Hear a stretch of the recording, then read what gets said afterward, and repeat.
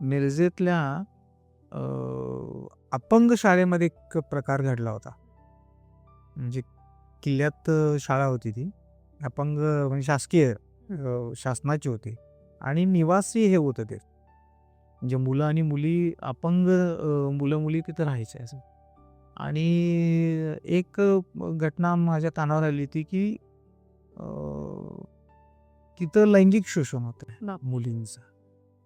एकतर त्या म्हणजे अपंग आणि हे सगळं म्हणजे भयानक होतं सगळं.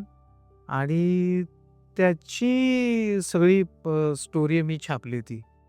त्यावेळी काँग्रेसचं सरकार होतं आणि सामाजिक न्याय मंत्री आपले कोल्हापूरचे कोल्हापूरचे मिनिस्टर होते ते आणि दिगंबर बागलून करमाळेचे मिनिस्टर होते त्या खात्याचे. म्हणजे ते इतकं प्रकरण गाजलं.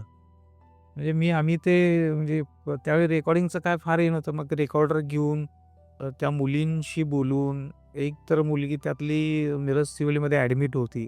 मग तिच्याशी बोलून, तिला व्यवस्थित समजावून सांगून मग ते रेकॉर्डिंग करून इथं आपल्याकडे जे अशोक कामके साहेब होते एस-पी. मग त्यांना भेटून त्यांच्याकडे ते सगळं ऐकवून वगैरे सगळं म्हणजे खूप नुसतं बातमीच नाही, तर त्यावेळी म्हणजे सगळं हे इनिशिएटिव्ह घेऊन आम्ही काम केलं होतं. त्यावेळी शासनानं असा निर्णय घेतला, की त्यावेळी म्हणजे कोल्हापूरच्या त्या हुजरूप मॅडम वगैरे सगळ्या आल्यात. खूप मोठं प्रकरण गाजलं होतं ते.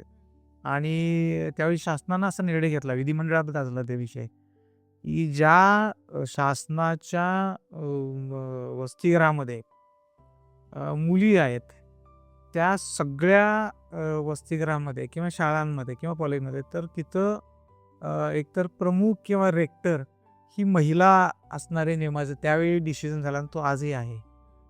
आणि ते आज जरी आठवलं तर ते मला म्हणजे अस्वस्थ करणारं हे वाटतं.